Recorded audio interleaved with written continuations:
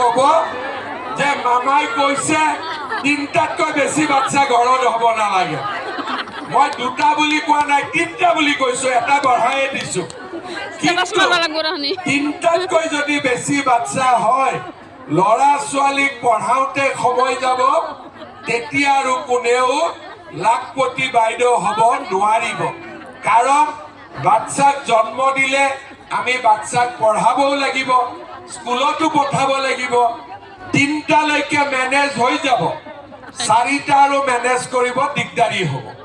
সেইকাৰণে আজি সকলোৱে এটা সিদ্ধান্ত ল'ব যে আমি লাখপতি বাইদেউ হ'ম আৰু ঘৰত আমি তিনটাতকৈ বেছি বাচ্চা জন্ম নিদিওঁ।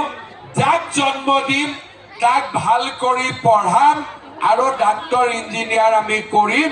তেনেকে মনত ভাবিলেহে আমাৰ সমাজখন আগবাঢ়ি যাব পাৰিব। মই ঠিকে কৈছো নে নাই? মই ভুল কৈছো নেকি কিবা? ঠিকে কৈছো? এতিয়া আপোনালোকে মোক কওক,